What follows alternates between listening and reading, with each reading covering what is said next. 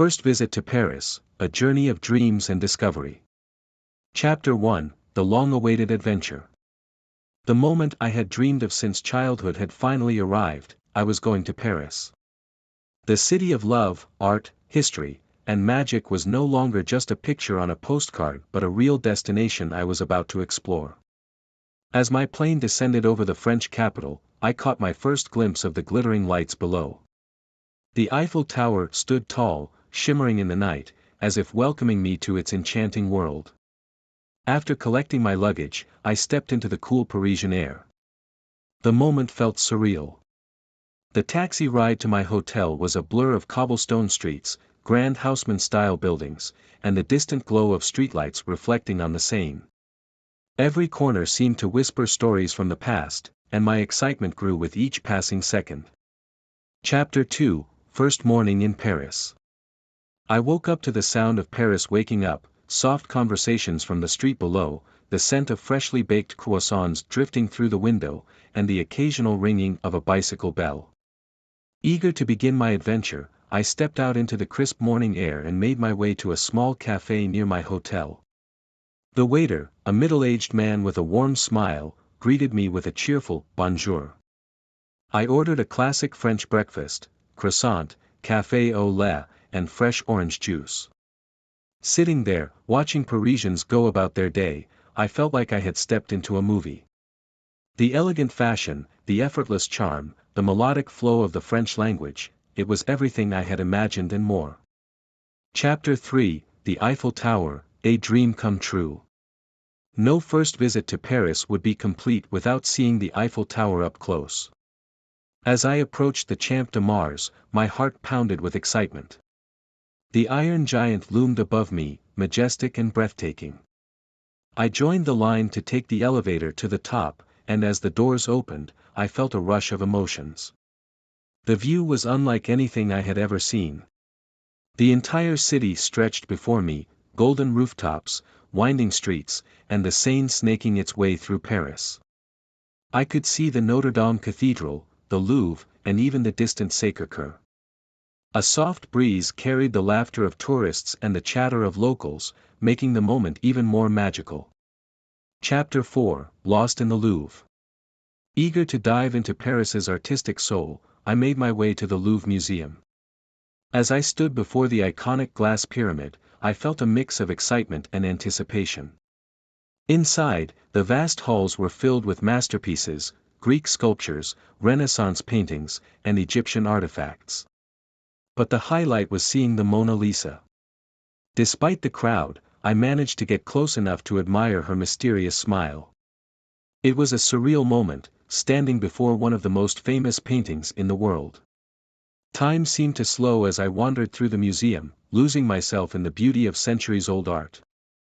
Chapter 5, The Romance of the Seine. As evening fell, I decided to take a boat cruise along the Seine. The city lights reflected on the water, creating a mesmerizing scene. The boat passed under historic bridges, each with its own story to tell. Couples held hands, photographers captured the golden hour, and street musicians played soft melodies. The highlight was passing by Notre Dame de Paris, illuminated beautifully against the night sky. I thought of Victor Hugo's stories and imagined Quasimodo gazing down from the bell tower. The magic of Paris was undeniable, and in that moment, I understood why so many had fallen in love with this city. Chapter 6, A Night in Montmartre. Determined to end my day on a high note, I headed to Montmartre, the bohemian heart of Paris. The narrow streets led me to Place du Tertre, where artists painted portraits and street performers entertained tourists. I stopped at a small restaurant and ordered coq au vin, a classic French dish. The food was rich, flavorful, and paired perfectly with a glass of red wine.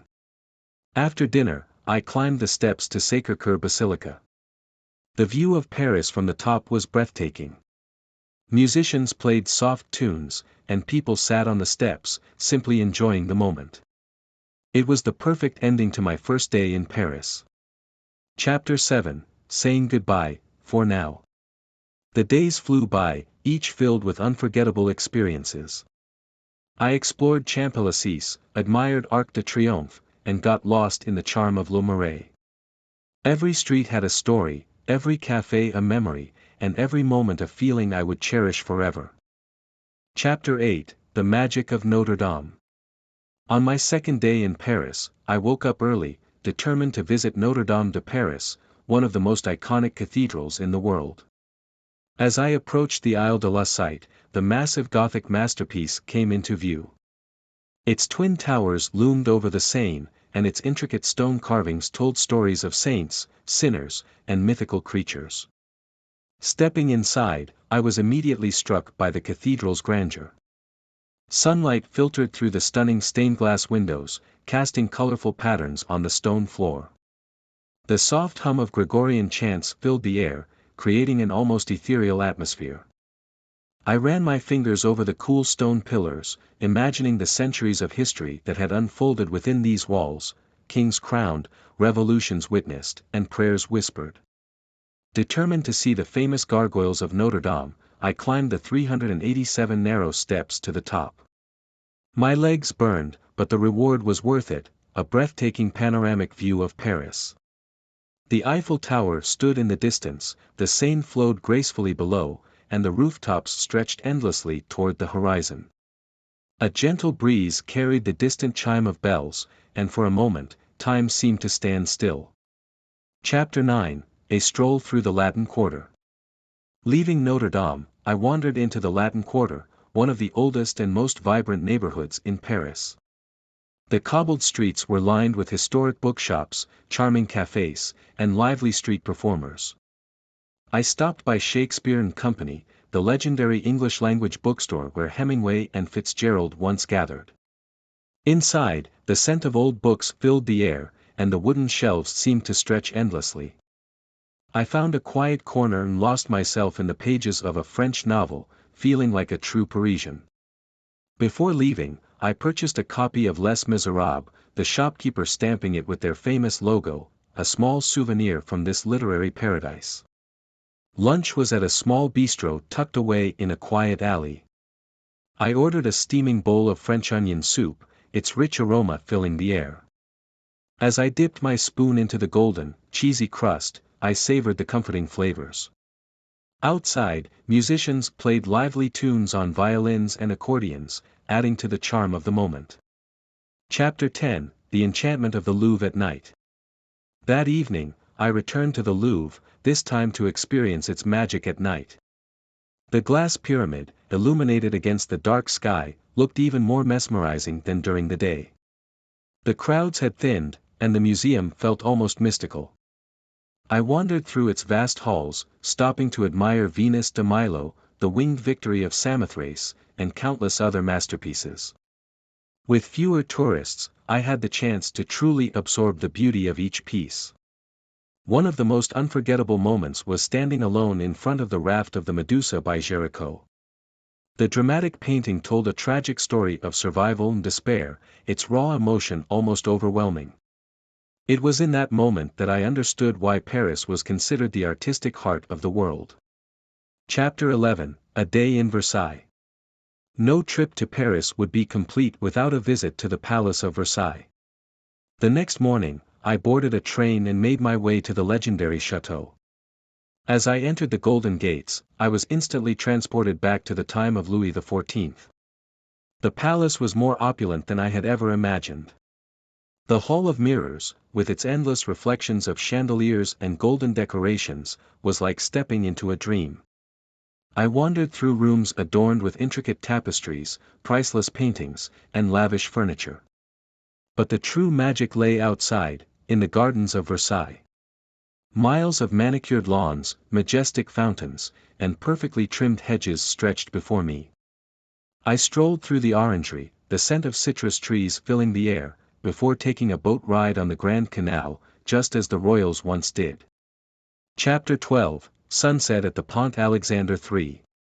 As my final day in Paris approached, I decided to end my journey with a visit to the Pont Alexander III, one of the most beautiful bridges in the city. As the sun began to set, the sky turned into a breathtaking palette of pink, orange, and purple.